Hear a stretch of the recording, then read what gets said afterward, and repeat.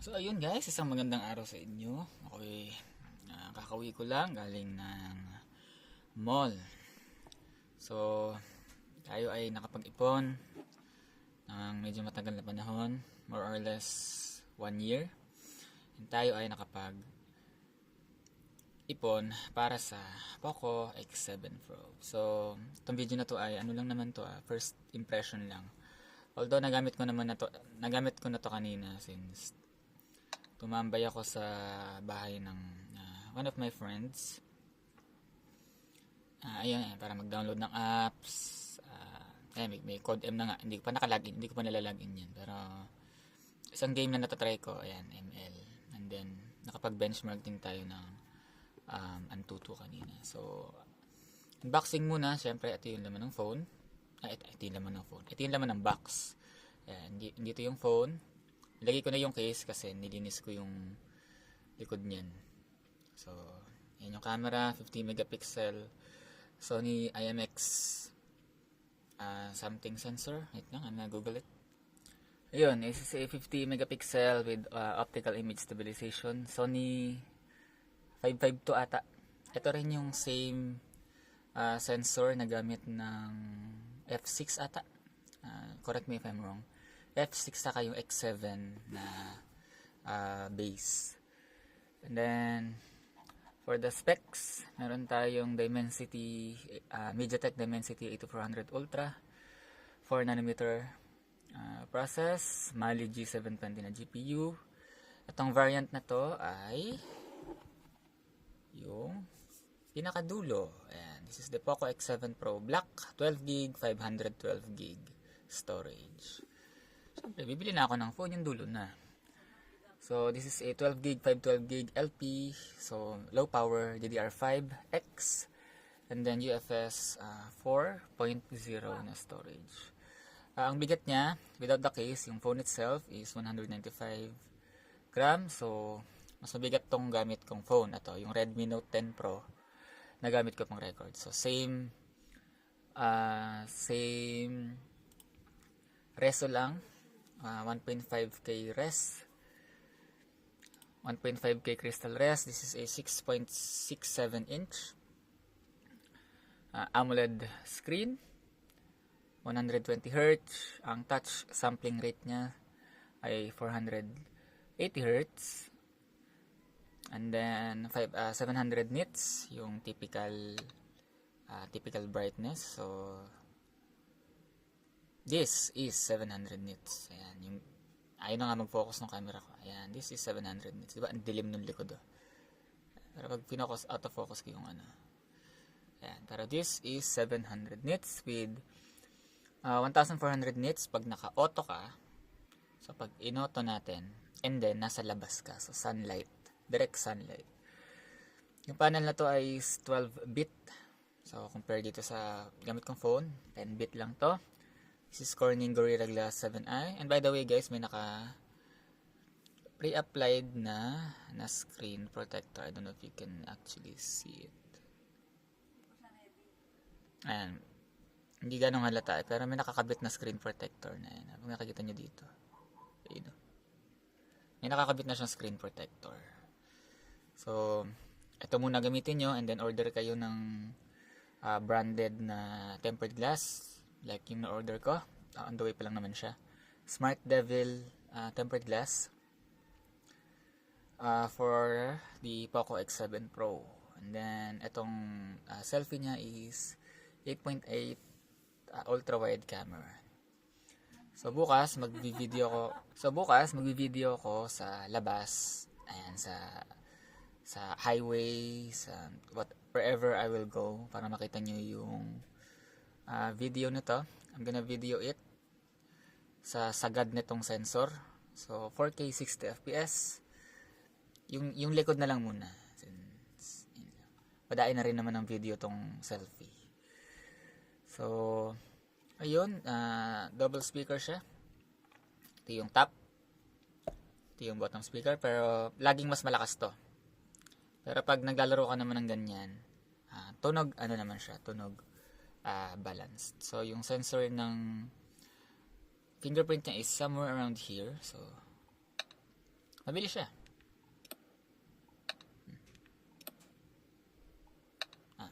Bilis. It's a pretty responsive na fingerprint. So, ayun, with that, open muna natin yung box. Di ba baliktad ako? So, alisin natin to. Ayan, maalis na siya. So, empty.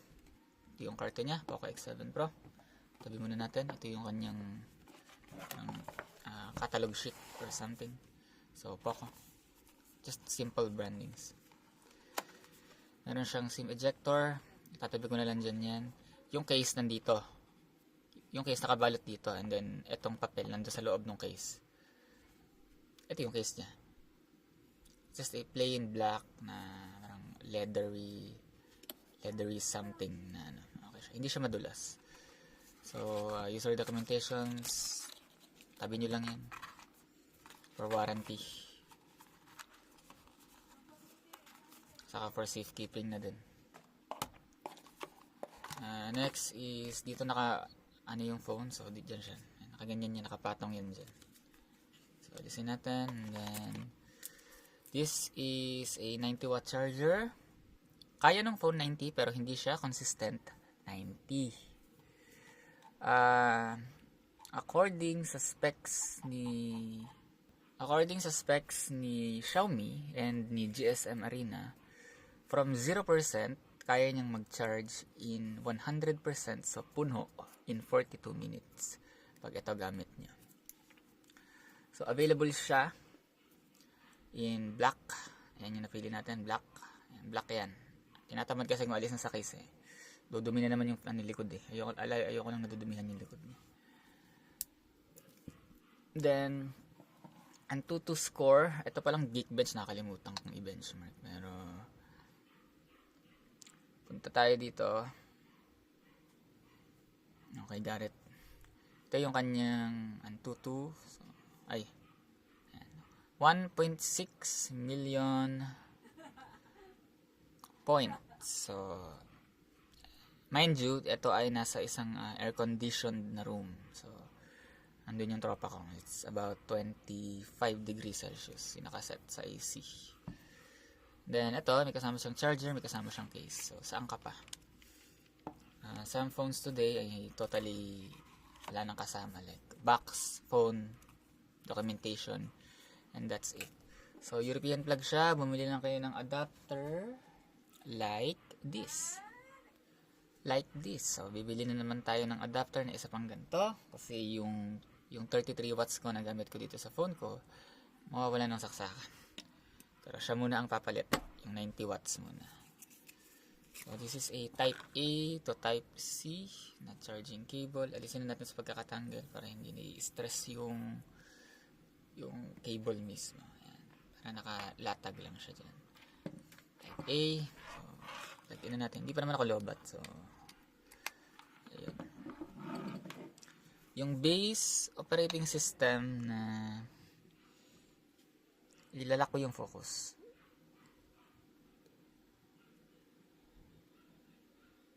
Wait lang, I'm gonna use light mode para hindi hirap yung camera natin. Ano?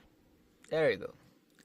So yung base operating system na nakakabit sa kanya is HyperOS 2.0.10.0. So this is HyperOS 2.1. Yan yung advertising name niya. So internally yan yung model niya.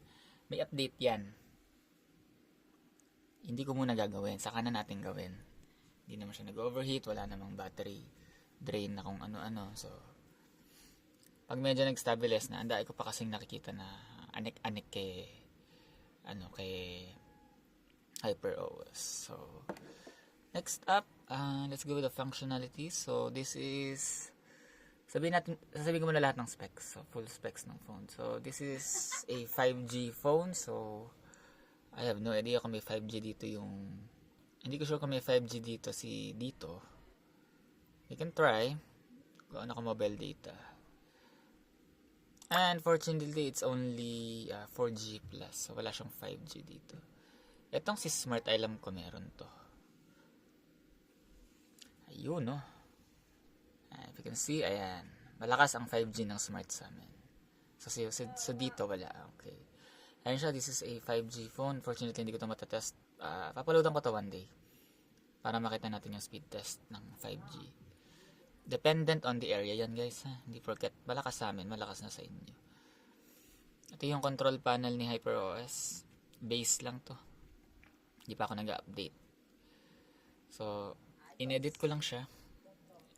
And then, lahat ng system toggle in-enable ko. Kasi ang konti masyado nung naka-built-in. So, Bluetooth, airplane mode, the usual stuffs. Next up ay meron siyang interconnectivity things. So, kunyari, dalawa ganito mong phone or meron ka pang isa pang phone or meron kang any smart devices ni Xiaomi na bago na supported din kay Android 15 gigana siya. Just like in Apple. So, I'm just gonna turn that off since ito lang ang phone ko na latest na merong gantong feature. So, yes. Display and brightness, the usual light and dark mode, color scheme, this is the default.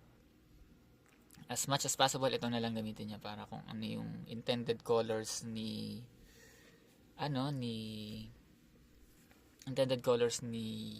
developer sa video or ni video, ayan, makikita nyo. So, just leave this as is. And then next, you can lock it to, I'm just gonna lock it to sa 120. Ang lag ng 60 sa mata eh. Ayan, so this is, nakalock na sa 120. I don't think na may naka-off. By default, lahat to naka-on. I can just like enable everything if you want. Wala namang mawawala.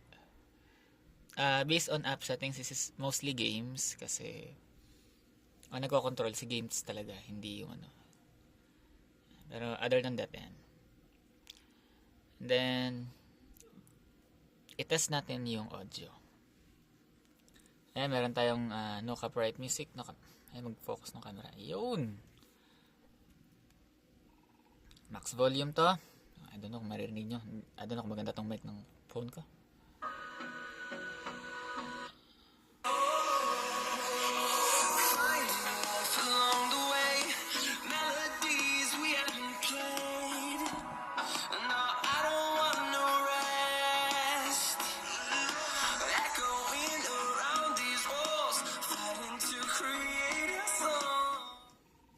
Baka makapiright pa tayo. Alright, so malakas siya. And then, anything else na pwede kong ipakita? De-bloat, by what I mean by de-bloat is, madami-dami kasi siyang naka-install, like Black Blast, Agoda, some random games. Uninstall nyo lang dito isa-isa. And then, punta kayo settings, punta kayo dito, fingerprint space dito, and screen lock. Punta kayo authorization revocation, yan. Disable nyo lang itong mga dinisable ko. This is what I usually do. Same lang din dito sa gamit kong phone. Kasi this is both still running MIUI under the hood. Iba lang yung name. So, si Mi Video, I don't watch that. May YouTube naman, updater. Ayoko muna mag-update. Itong security, pwede nyo iwanan yan.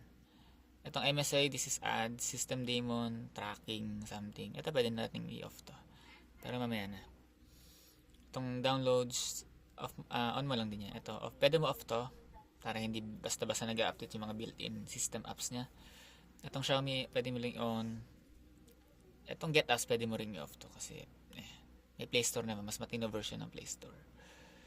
So, AI services. So, sa notes, ayan, pwede kang yung parang automatic text to, voice to. So, itong AI, so this is basically, quickly create summaries of long text with taga-summarize. So, this phone can do it since may dedicated neural processing unit, si MediaTek 8400 Ultra. Just use ChatGPT. Install ChatGPT, paste the long text, and you're done. So, additional settings ay memory extension. Hindi ko sure kung nasabi ko to, pero i-off nyo na lang yan. Wala yung silbi, may built-in na lahat ng Android. Kung 12 gig lang ang RAM nyo, 12 gig lang yan. Kahit gawin yung 24 gig yan ng 12 plus 12. Ang actual na gagamitin lang nung game or nung whatever na ginagamit nyo is yung 12 gig lang. Yes, pag binackground ko to, pwedeng pumunta yon. Kunyari, sa sobrang dai ko naka-open, pwedeng pumunta yung settings sa virtual RAM. Pero wala din. Mamamatay din siya kasi technically wala ka ng RAM behind the scenes nung phone. Puno na yung RAM mo. So, full screen display gamit ko lagi. So, gestures. So, nakikita nyo ganito. So far, ayun lang naman. First impression is ang smooth niya sa ML. So, yeah. Wala lang, na-miss ko lang maglaro ng ML na kahit nagka-clash. Diba? Hindi ako naglalag. So, dali mag-flash. Ba't ba flash? Hindi naman league yun eh. Madali mag-flicker, engage flicker ng tas ult. Anong hero yun, no? Madali siyang ma-execute. So, ayun lang guys. So, again, ang MSRP nitong phone is 19,999. Nabili ko siya sa may SM dito sa amin. Bilhin na rin kayo guys kung gusto niyo ng isang good shit na mid-ranger na phone. Yes, ang 20k ngayon pang mid-range na phone lang. Itong gamit ko kung tutuusin, mid-range to nung panahon niya. So, entry level to mid-range. Ito kasi full mid-range. So, upper mid-range. Ang mga flagships kasi it's gonna be around 25, 30, mga 30k pataasin. Nasa flagship level territory ka na yan. So, ayun bilis ng fingerprint unlock.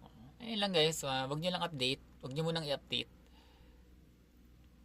Wala naman siyang battery drain. Factory charge niya is 59%. Tapos nag-benchmark ako ang 2.2. So, nakuha natin yung 1.6 million kanina. Yan, ito. Ang charge na lang niyan ay 32. Tapos, nag-1 game kami ng rank sa ML. Naging 28 ata 27. Then, chinarge ko siya pabalik. Hindi ito ginamit kami. May charger doon yung tropa ko na 90 watts din. Tapos, ayun, we're back at parang 60% ko lang ata, 60-61 lang. And then, ayun, scroll down. So, hindi siya mainit. It's not hot. Siyempre, pag naglalaro kayo, mainit. Normal naman eh. So, ayan. So, hope you like this video. So, tanong-tanong lang. Naway magkaroon ako ng time na sagutin ang inyong mga tanong. So, it's gonna be it for today guys. Have a great day. Enjoy.